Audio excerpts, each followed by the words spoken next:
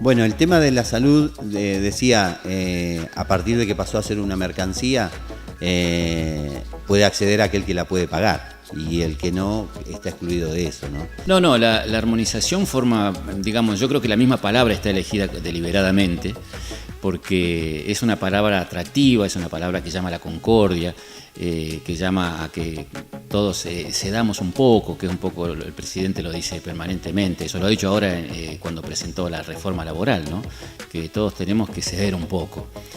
Y bueno, ese concepto de la armonización incluye conceptos muy importantes para los trabajadores, particularmente para los jubilados. Y lo que hemos visto en la provincia del Neuquén es que la salud privada ha crecido de manera exponencial. Y no es casualidad que el instituto sea quien más servicio cubre de esto y yo te diría uno de los principales contratantes de la salud privada. Incluso está específicamente en el articulado de la ley 27.260, que se conoció como de reparación histórica para los jubilados, que incluso eso también no está puesto porque sí, es un concepto necesario, atractivo para los jubilados que estaban litigando con el Estado y que tenían atraso en el pago de sus juicios. La ley se llamó así, de reparación histórica, justamente buscando el reconocimiento de los jubilados. Bueno, ahí adentro está el concepto de armonización, es un capítulo, yo no recuerdo si está en el artículo 9 o en el 27, pero específicamente es un capítulo en el que describe cómo es el proceso y fija cuáles son los ítems que se van a tocar. Esto es un gran negocio y ha ido en detrimento de la salud pública también, ¿no? Cuando la provincia del Neuquén fue ejemplo en Latinoamérica respecto de la salud, no existía la salud privada. Incluso había inversión de la propia obra social, es decir, con la plata de los trabajadores, un equipamiento a la salud pública. Y los ítems son la edad jubilatoria, los aportes, el cálculo del haber previsional y la actualización de esos haberes, ¿no? Es decir, cómo se van a actualizar. Esto no es una cuestión menor, es una cuestión de suma importancia porque habla también de estas características que tiene nuestra caja asistencial y previsional, ¿no? Este concepto de solidaridad. Bueno, con la salud privada eso no pasa, aquel que no puede pagarla no accede. Y obviamente nosotros sabemos que eso va a llevar a modificar nuestras condiciones jubilatorias para peor, digamos. Es decir, nos vamos a jubilar con más edad, se va a calcular el haber jubilatorio de una forma desventajosa y bueno, se va a transferir la caja a la nación para que esto se maneje desde el ANSES. Digo, esto es un gran negocio para el sector privado. Lo que nosotros le planteamos al instituto y pretendemos también desde las organizaciones sindicales plantear que el instituto tenga su propia clínica, es decir, condicionar un poco este mecanismo casi extorsivo que tienen las clínicas privadas, las corporaciones médicas para con nuestra caja, y poner al servicio de todos los afiliados de instituto una mejor atención, pero que además reduzca los costos. No, antes no se hablaba de armonización. Antes no se hablaba de armonización.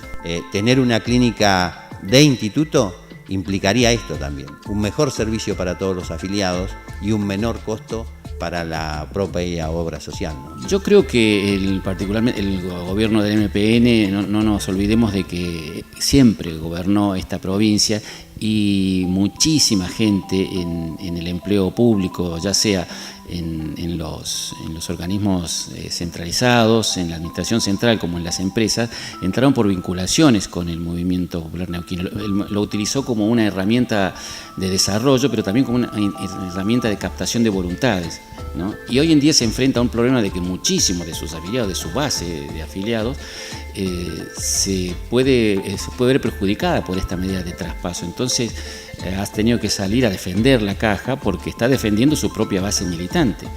El cuerpo de administración, que es el órgano máximo de resolución del instituto, está compuesto por 9 miembros. 5 de esos miembros, por facultad de la propia ley, los designa el gobernador, el administrador general y 4 consejeros que son designados directamente por el gobernador.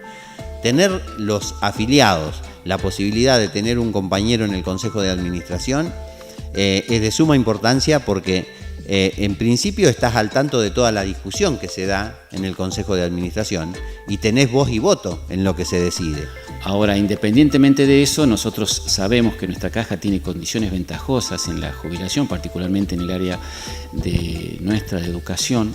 Nosotros nos jubilamos a los 52 las mujeres y a los 55 los hombres, y realmente esto fue un logro que la docencia a nivel nacional pudo plasmar en el Estatuto del Docente, y corremos serios riesgos de perderlo. No solamente eso nosotros, sino toda la provincia, todos los trabajadores estatales que se jubilan tienen garantizado por la Constitución el 80% móvil, ¿no? Es decir, el 80% se calcula sobre el trabajador que está en actividad, lo dice específicamente la Constitución, ¿no? Y si bien estás en minoría, digo, aun cuando nuestra lista gane los 4 lugares que están en disputa, estás 5-4. Pero la ventaja que tenemos desde la lista que presentan las organizaciones sindicales no está dada por las personas que integrarían el Consejo de Administración, sino por esa relación dialéctica que hay entre los representantes y la capacidad que tenemos las organizaciones sindicales de pelear por nuestros derechos en la calle, ¿no? Entonces, eso seguramente se perdería porque se está apuntando a otro cálculo de lo que sería la actualización de la vera, un cálculo relacionado con el IPC, que sería una o dos veces por año. Y bueno, nadie te asegura que ese cálculo inflacionario vaya a respetar el 80% del trabajador en actividad, menos cuando distorsionan las cifras inflacionarias, ¿no?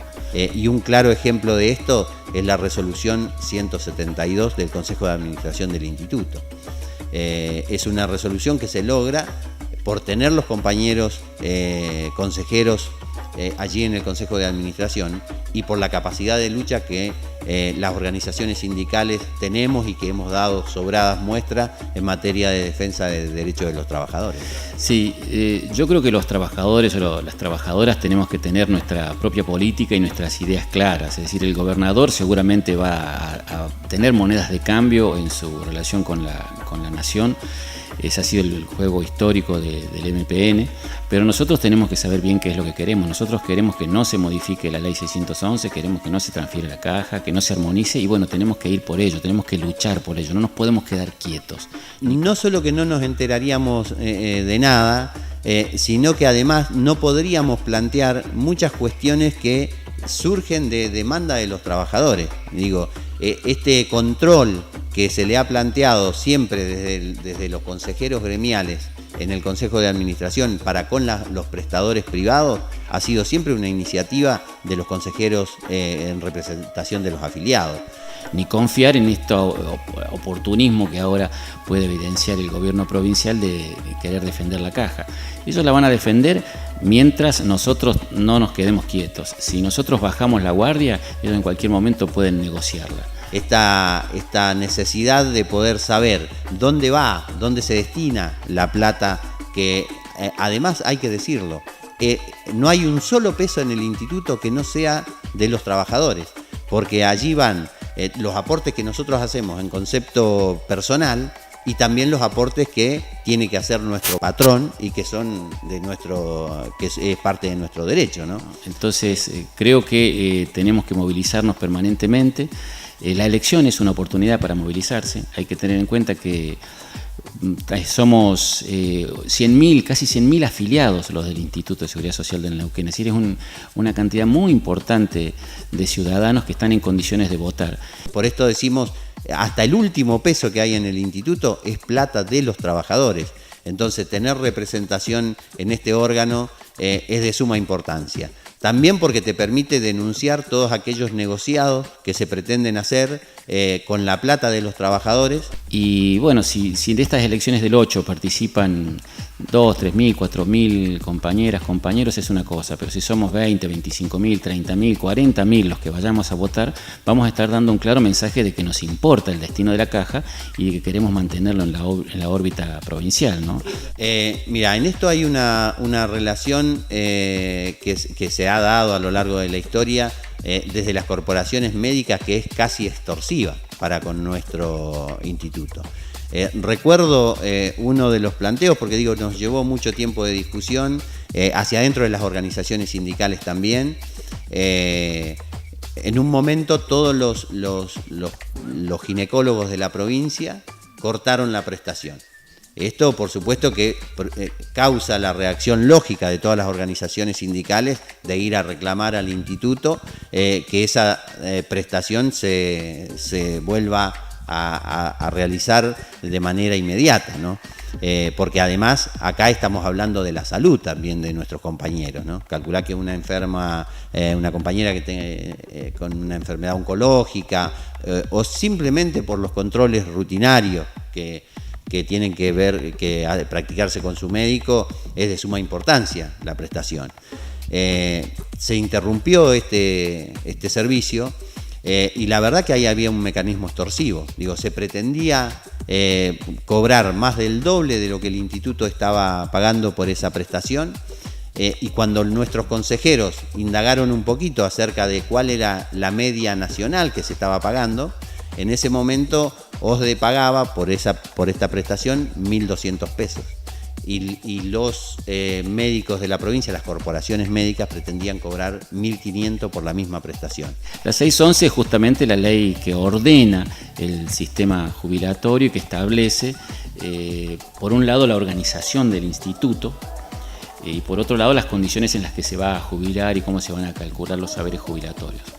Algo que el común de la gente no conoce es que justamente establece la caja 611 las dos administraciones o las dos cajas que hay dentro del instituto, la caja previsional, que es la que te paga las jubilaciones, y la caja asistencial, que es la que se dedica a todo el tema de salud, ¿no? Esas son las dos grandes secciones dentro del instituto. Eso está definido por la ley 611. Y a su vez también crea un consejo de administración, que es quien dirige el instituto, y es lo que se pone en juego en esta elección.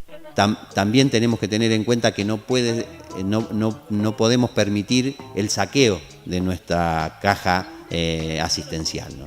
Entonces, ahí está la importancia también de tener el consejero, ¿no? De que nos brinde esta información, de que las organizaciones sindicales estemos al tanto de qué se está discutiendo, de qué es lo que pretenden las corporaciones médicas, porque hay una negociación permanente, ¿no? Entre una caja asistencial que está pretendiendo llevar una atención a todos sus afiliados, y del otro lado tenés corporaciones médicas que lo único que les interesa es la rentabilidad económica. Y bueno, ha sido históricamente la caja jubilatoria nuestra una especie de pulmón para el gobierno del MPN.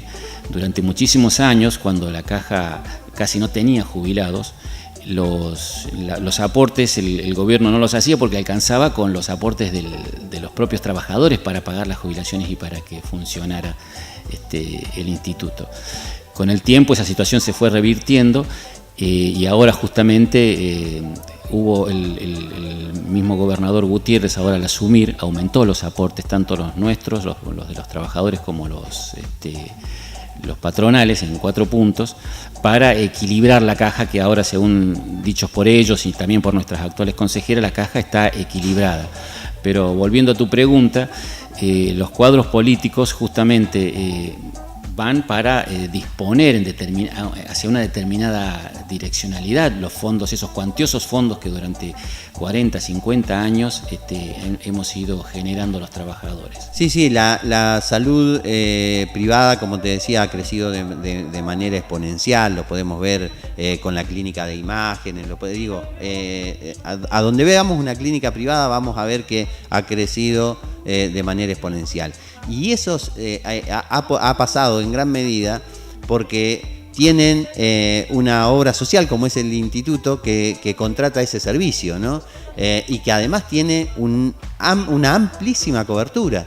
Si nosotros sacamos una cuenta muy sencilla, que es la cantidad de empadronados que hay en esta elección, que somos cerca de 100.000, y a eso le sumás que cada trabajador tiene carga de familia, tiene compañera o compañero que que está dentro de la carga de familia, la cobertura, el abanico de cobertura que tiene el instituto es amplísimo. Entonces, claro, es un negocio fenomenal para toda la salud privada, ¿no? Bueno, durante muchos años, insisto, eso los años en los que había muchos trabajadores activos. Neuquén es una provincia joven, no teníamos pocos abuelos, pocos viejos, entonces el instituto tenía pocos jubilados.